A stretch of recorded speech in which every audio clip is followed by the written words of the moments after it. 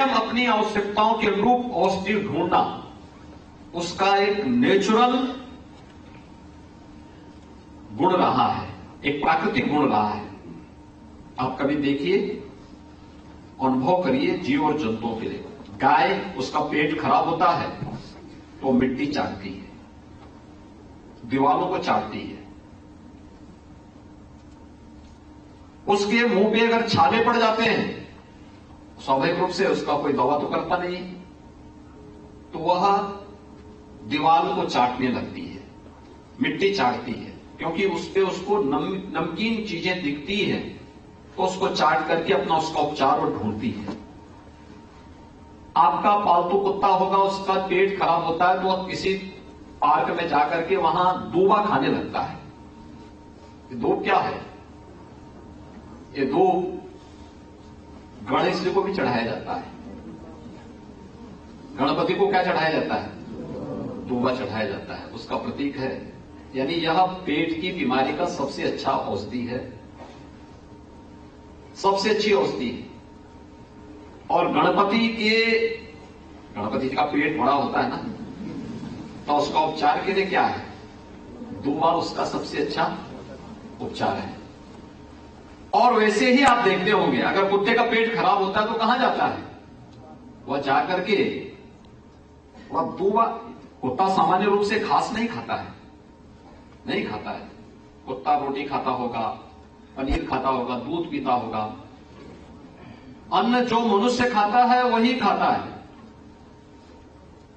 लेकिन जब पेट उसका खराब होता है तो दूब की शरण में जाता है, उसको चबाता है और फिर उसको अपना उपचार का रास्ता स्वयं ढूंढता है।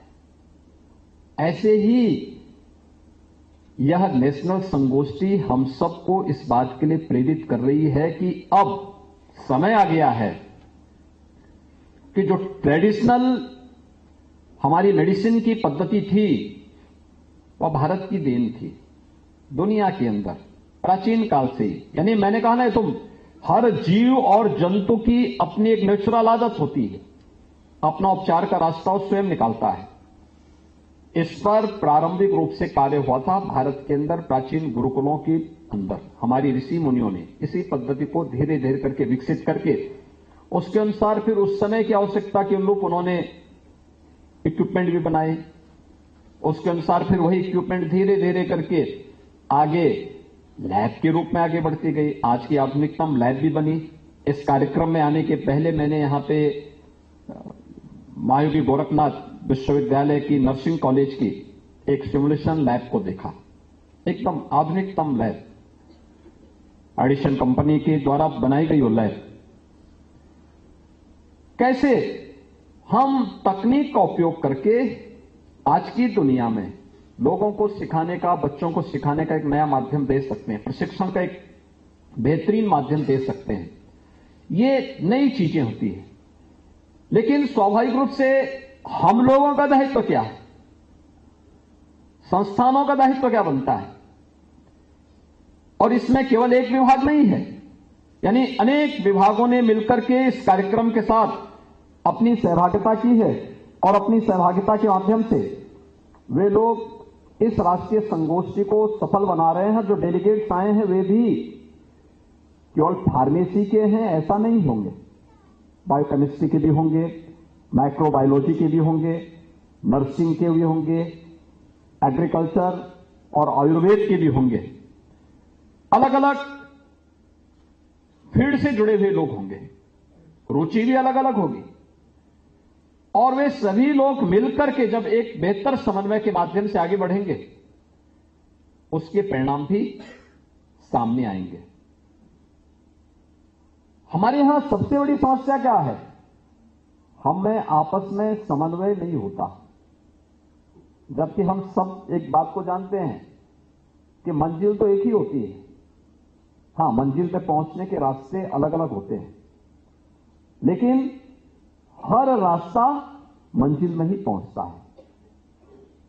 जब हम अलग अलग रास्ते चलते हैं, अलग अलग तरीके से अपनाते हैं, तो व्यक्ति कुछ कंफ्यूज रहता है, पता नहीं क्या होगा।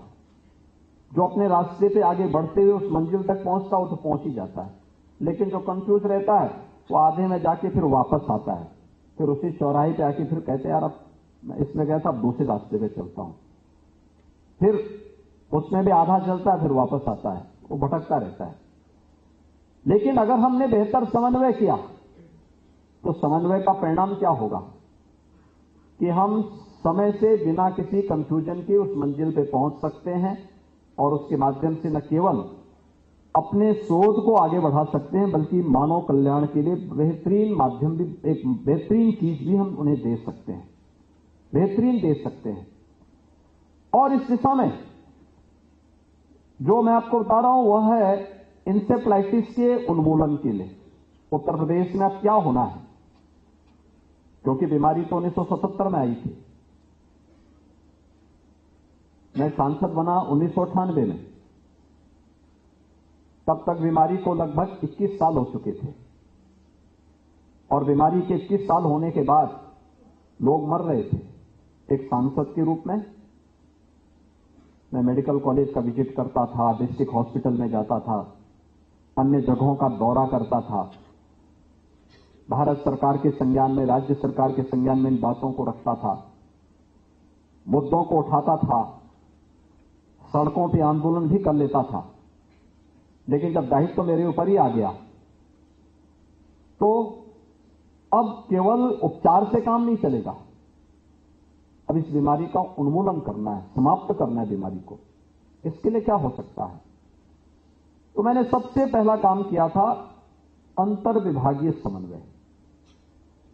देखिए, जैसे यहां पे मैं आपसे कह रहा हूं ना कि इतने विभाग एक साथ मिले हैं, यहां पे विश्वविद्यालय में बायोकेमिस्ट्री को, बायोटेक्नोलॉजी को, मेडिकल माइक्रोबायोलॉजी को, फार्मेसी, नर्सिंग, एग्रीकल्चर, आयुर्वेद, इतने विभाग एक साथ मिल रहे हैं। हमने इंसेफ्लाइटिस उन्मूलन के लिए भी और उत्तर प्रदेश में कोरोना को नियंत्रण करने के लिए भी हम लोगों ने अंतर विभागीय समन्वय की टीम बनाई थी। इंसेफ्लाइटिस के लिए हम लोगों ने स्वास्थ्य विभाग को नोडल विभाग बनाया। स्वास्थ्य विभाग नोडल विभाग था, लेकिन उनके साथ कौन कौन सहयोग करेंगे? नगर विकास, पंचायती राज और ग्राम्य विकास, बाल विकास और महिला और बाल विकास विभाग, बेसिक और माध्यमिक समाज कल्याण विभाग, दिव्यांगजन कल्याण विभाग, इन सभी 12-13 विभागों को हम लोगों ने एक साथ किया। जैसे स्वास्थ्य और परिवार कल्याण विभाग का दायित्व क्या था? वो अपना मेडिकल कॉलेज ठीक करेगा, अपने डिस्ट्रिक्ट हॉस्पिटल को ठीक करेगा, अपने जो सीएससी, पीएससी, इंसेफ्लाइटिस ट्रीटमेंट के सेंटर को ठीक करेगा, एम्बुलेंस की सुविधा को बेहतरीन करेगा, सर्विलांस, पेशेंट को ढूंढना। महिला और बाल विकास विभाग को जिम्मेदारी दी गई कि आंगनबाड़ी और आशा वर्कर गांव-गांव में जाएंगे, अभियान चला करके देखेंगे एक एक घर में दस्तक दे करके कि कोई बीमार तो नहीं है व्यक्ति, कोई खांसी, कोई बुखार, कोई किसी प्रकार के कोई लक्षण, और अगर है उसको हॉस्पिटल ले जाना। हॉस्पिटल में मरीज सीधे मेडिकल कॉलेज नहीं आएगा, उसको पहले ट्रीटमेंट सेंटर में, वहां से नहीं तो फिर सरकारी एम्बुलेंस से सारा काम करेगी, कोई प्राइवेट वाहन से नहीं आएगा, उसको बेहतरीन तरीके से आगे बढ़ाया गया। नगर विकास विभाग की जिम्मेदारी क्या थी? शुद्ध पेयजल की आपूर्ति करना, सफाई के अभियान को आगे बढ़ाना। पंचायती राज विभाग की स्वच्छता के कार्यक्रम को आगे बढ़ाना और जिन परिवारों के पास शौचालय नहीं उन परिवारों को शौचालय देना। ग्राम्य विकास विभाग की जिम्मेदारी क्या थी? शुद्ध पेयजल की आपूर्ति ग्रामीण क्षेत्र में करना। बेसिक शिक्षा और माध्यमिक शिक्षा जन जागरण के अभियान के साथ स्वच्छता के प्रति, शुद्ध पेयजल के प्रति, ये सभी मिलकर के जब कार्य प्रारंभ हुए, परिणाम क्या? जो बीमारी 40 वर्ष में 50,000 बच्चों को निकल गई, उस बीमारी को मात्र 4 वर्ष में हम लोगों ने नियंत्रित कर दिया और आज इंसेफ्लाइटिस पूरी तरह एक मॉडल है। ऐसे ही जब कोरोना आया तो हमारे पास भी पुराना अनुभव था। कोरोना आया तो हम लोगों ने सबसे पहला काम मैंने क्या किया, 25 मार्च को लॉकडाउन लगा और मैंने 26 मार्च को प्रदेश के अंदर एक टीम 11 का गठन कर दिया। टीम 11 का मतलब अलग अलग विभाग के अपर मुख्य सचिव और प्रमुख सचिवों की एक टीम बना करके, और मैंने उनको कह दिया, मैंने कहा आपका काम है, आप बाहर निकल नहीं पाएंगे, टेक्नोलॉजी का उपयोग करके अपने विभाग को जितना सक्रिय कर सकते हैं अंदर अंदर सक्रिय करके, और वह प्रदेश की आवश्यकताओं के लिए कार्य करेगा। और इसकी प्रतिदिन आप रिपोर्टिंग मुझे इस बैठक में देंगे। 1 घंटे की बैठक होती थी, पहले दिन की बैठक 2 घंटे चली, किसको क्या काम करना है, किसको क्या काम करना है, लेकिन अन्य दिन 1 घंटे की बैठक होती थी। आप आश्चर्य करेंगे, 1 घंटे की बैठक 24 घंटे से ज्यादा काम कर लेती थी। परिणाम हमारा उससे बेहतरीन आ जाता था। और परिणाम क्या रहा कि इंसेफ्लाइटिस को, कोरोना जैसी महामारी को उत्तर प्रदेश जैसे राज्य में हम लोगों ने नियंत्रण करने में सफलता प्राप्त की और बेहतरीन उदाहरण भी प्रस्तुत किया। ऐसे ही संस्थानों के स्तर पर भी हो सकता है। एक विभिन्न विभाग मिलकर के कैसे इस कार्यक्रम को आगे बढ़ा सकते हैं। दूसरा, हमारे स्तर पर अभी भी जो हम लोग देखते हैं कि हम विश्वविद्यालय बनाते हैं, कोई महाविद्यालय बनाते हैं, कोई अन्य इंस्टीट्यूशन खड़ा करते हैं, ये संस्थान समाज से और सरकार से पूरी तरह तटस्थ होकर के टापू बन जाते हैं। हमें टापू नहीं बनना, हमें तटस्थ नहीं होना है। हम समाज से तटस्थ नहीं हो सकते। समाज के प्रति हमारी जिम्मेदारी है, क्योंकि समाज के कारण ही हमें ये सुविधा यहां प्राप्त हुई है। माध्यम कोई हो सकता है, माध्यम गवर्नमेंट हो सकती है, कोई धार्मिक संस्था हो सकती है, कोई सामाजिक संस्था हो सकती है, कोई अन्य महानुभाव हो सकते हैं जो संस्थान खोल रहा है, लेकिन उसका श्रेय समाज को जाता है। इसलिए समाज के प्रति हमारी जिम्मेदारी, हम भी अपनी जिम्मेदारियों का निर्वहन करें समाज के प्रति, और उन जिम्मेदारियों के लिए हम लोगों को, समाज को, अब हमारी जिम्मेदारी होती है हम देखें क्या उसकी आवश्यकता है, उसके अनुरूप कार्य को आगे बढ़ाना। ये कार्यक्रम बहुत अच्छे तरीके से आगे बढ़ सकते हैं और विश्वविद्यालयों को चाहिए, महाविद्यालयों को चाहिए, हमारे इंस्टीट्यूशंस को चाहिए वह इस पर अध्ययन को बढ़ावा दे, अधिक से अधिक अध्ययन। याद रखना, हमें जो पुस्तकीय जो ज्ञान है ये हमें शिक्षित करके फील्ड में उतरते हैं, समाज के बीच में उतरते हैं, तो यह हम लोगों को ज्ञानवान बनाता है, एक नया अनुभव हमें देता है। यह अनुभव ही हमारा वास्तविक ज्ञान है और यही हमें वास्तविक जीवन में, यही ज्ञान हमारे लिए उपयोगी हो पाता है। इसके लिए स्टडी बनाना, उसमें लेखन की परंपरा को आगे बढ़ाना, फिर अपनी स्टडी को धीरे धीरे करके समृद्ध बनाने का प्रयास करना, फिर उसको किसी एक विषय के शोध की तरफ आगे बढ़ा देना। भारत क्यों पिछड़ा हुआ? क्योंकि भारत ने इनोवेशन को, शोध को, विकास को पूरी तरह उससे अपने को तटस्थ कर दिया। इंस्टीट्यूशन अपने को एकदम टापू बना लिए, वे केवल डिग्री बांटने तक सीमित हो गए। परिणाम क्या रहा कि हम जहां के तहां थे, पड़े रह गए और हमसे बाद में आने वाले लोग आज दुनिया में सिरमौर बन गए। आज पिछले 9-10 वर्षों में जो प्रयास प्रधानमंत्री मोदी जी के नेतृत्व में हुआ, आज उसके परिणाम हमारे सामने दिखाई दे रहे हैं और हमें उस दिशा में फिर से प्रयास करना होगा। एक जो यहां पे डॉक्टर जी सतीश रेड्डी जी ने जो बात कही, कार्य कोई भी करे, स्टडी हो, कोई रिसर्च हो या कोई डेवलपमेंट से जुड़ा हुआ कोई भी अन्य मुद्दा है, वह क्वालिटी पे फोकस होना चाहिए। हम जो कुछ भी करें, रिसर्च हमारी उसकी गुणवत्ता पे कोई प्रश्न न खड़ा करे। हमारा कोई स्टडी हो वह पूरी तरह ऑर्गेनिक हो, आप देखेंगे उसके परिणाम आएंगे, अवश्य परिणाम आएंगे। दूसरा, हम उस दिशा में प्रयास करें, क्वालिटी देने के साथ साथ हम यह भी प्रयास करें कि प्रोडक्ट हम दे रहे हैं तो प्रोडक्ट के साथ साथ उसकी पैकेजिंग के लिए भी हम लोगों को वही प्रयास करने चाहिए। उसका ही महत्व होता है। आप कितना भी अच्छा सामान बना लें, लेकिन आपने ऐसे बिखरा पड़ा है, लोग उसको वैल्यू नहीं देंगे, महत्व नहीं देंगे। उसकी पैकेजिंग भी कैसे होनी है। तो हमारे यहां हो क्या गया, हम आज भी जैसे आयुर्वेद में होता है, पुड़िया बांध के दे देते हैं, तो वो बीमारी जो रोगी है वो भी उसमें विश्वास नहीं करता है और कहता है ये तो ऐसे ही है लगता है। लेकिन वही दवा, अगर वही दवा हमने टैबलेट फॉर्म में पैक करके उसको दिया है तो उसका विश्वास होगा कि हां इसमें कुछ है, और वह व्यक्ति उस पर विश्वास करके फिर आगे बढ़ता है।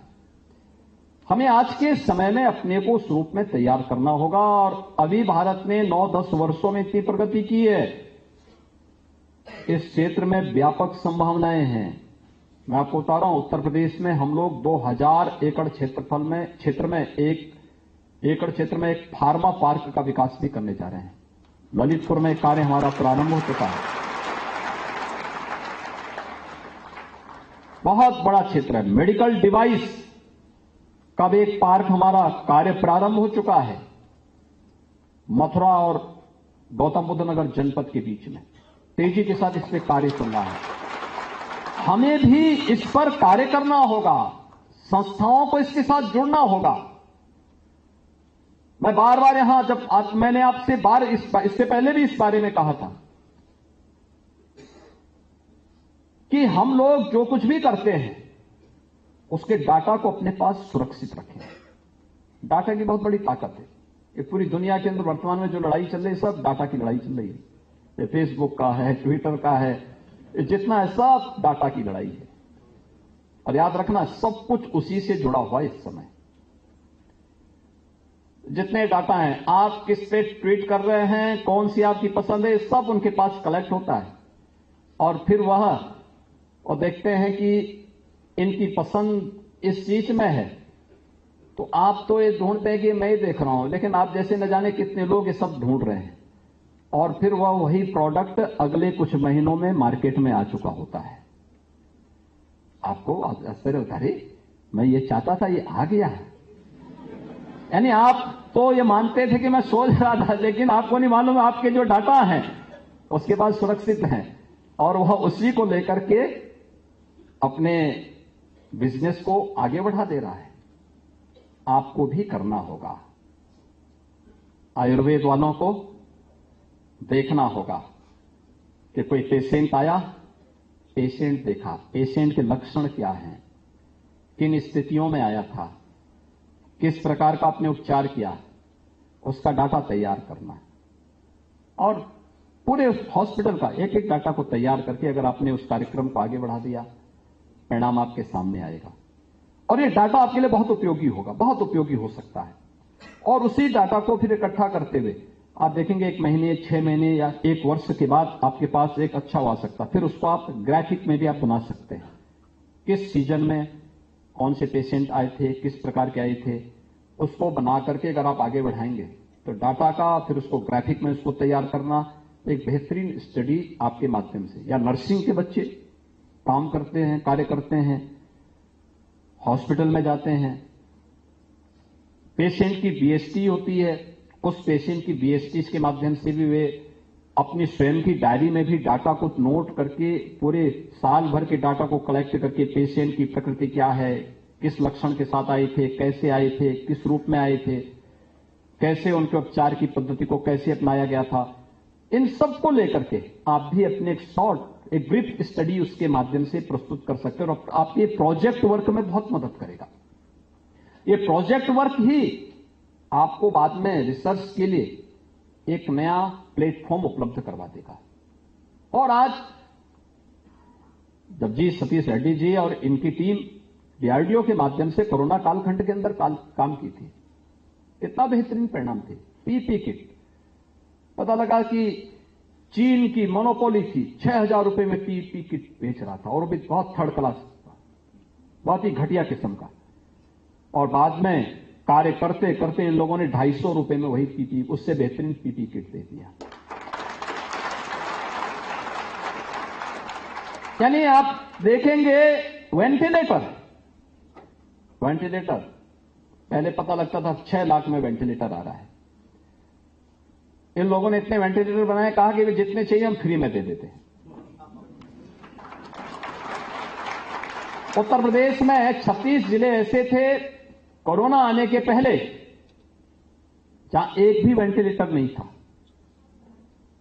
और हम लोगों ने जब उसके बाद वेंटिलेटर डीआरडीओ ने हमें उपलब्ध कराए, भारत सरकार ने उपलब्ध कराए, सभी जनपदों में वेंटिलेटर उपलब्ध हो गए। ट्रेनिंग करवाई, वर्चुअल ट्रेनिंग कराई, फिजिकली ट्रेनिंग कराई। परिणाम रहा, जनता की आवश्यकता की पूर्ति के लिए हम लोगों ने कार्य किया। ऑक्सीजन की कमी पड़ी, ऑक्सीजन के नए संयंत्र स्थापित हुए, उसके लिए नई तकनीक अपनाई गई। आवश्यकता के अनुरूप हम फिर दे सकते हैं, कार्य करने का जज्बा होना चाहिए, और मुझे विश्वास है इस दिशा में बेहतरीन प्रयास हो सकते हैं। एग्रीकल्चर से जुड़े हुए लोग भी बहुत कार्य कर सकते हैं। प्रधानमंत्री जी बार बार कहते हैं कि हमें किसानों की आमदनी को कई गुना बढ़ाना है। अन्नदाता किसानों की आमदनी को बढ़ाने के लिए किस क्षेत्र में आप कार्य कर सकते हैं, क्या आवश्यकता है? अगर हमारे एग्रीकल्चर से जुड़े हुए विद्यार्थी, उनसे जुड़े हुए फैकल्टी आयुर्वेद के साथ, फार्मेसी के साथ, नर्सिंग के साथ मिलकर के इस कार्यक्रम को आगे बढ़ा सकते हैं, तो मुझे लगता है कि आप तो बहुत कुछ दे सकते हैं। कई गुना आप बढ़ा सकते हैं, दोगुना ही नहीं, कई गुना बढ़ा सकते हैं किसानों की आमदनी को। और इन राष्ट्रीय संगोष्ठी का जो विषय रखा गया है, मुझे लगता है कि इस पर और तेजी के साथ कार्य किए जाने की आवश्यकता है। राष्ट्रीय संगोष्ठी में जो यहां पे विशेषज्ञ आए होंगे, जो साइंटिस्ट आए हैं, जो इसमें डेलीगेट्स आए हैं, वे सभी, कोई भी व्यक्ति बोलता है आप उसको नोट करिए, फिर अपनी बात को रखते हैं, अपनी बात को फिर उसी प्रभावी तरीके से आप भी आगे बढ़ा करके इस प्रकार के कार्यक्रमों को तय करेंगे, तो इन नए बच्चों को भी आगे बढ़ने का अवसर प्राप्त होगा। राष्ट्रीय संगोष्ठी अपने मिशन में सफल हो, एक सार्थक दिशा में आगे बढ़ सके, इस विश्वास के साथ मैं महाविद्यालय परिवार को और सभी संबंधित सहयोगी संस्थाओं को इसके लिए हृदय से धन्यवाद देता हूं, और विश्वास व्यक्त करता हूं कि इस प्रकार की नेशनल कॉन्फ्रेंस आज की आवश्यकता है।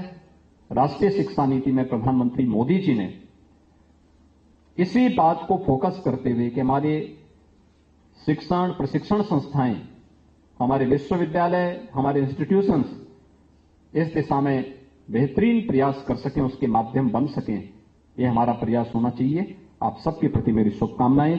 धन्यवाद। जय हिंद। धन्यवाद महाराज जी। तो गोरखपुर दौरे पर मुख्यमंत्री योगी आदित्यनाथ गोरखनाथ विश्वविद्यालय में संगोष्ठी के आयोजन में अध्यक्षता करते हुए मुख्यमंत्री योगी आदित्यनाथ की तरफ से देश विदेश के वैज्ञानिक प्राकृतिक संसाधनों से बनी औषधियों और बीमारियों से बचाव को लेकर अपने विचार यहां पर साझा किए। तमाम वैज्ञानिक जो यहां पर मौजूद थे। तो ये 3 दिन जो संगोष्ठी का आयोजन है वो रहने वाला है, और आज मुख्यमंत्री योगी आदित्यनाथ ने इस की अध्यक्षता की और अपने संबोधन में जो औषधियां हैं उनका भी जिक्र किया और बीमारियों से बचाव किस तरह से करना है। तो देश विदेश से आए वैज्ञानिक इन 3 दिन की संगोष्ठी में अपने विचार जो हैं वो साझा करेंगे, अपने अनुभव को साझा करेंगे।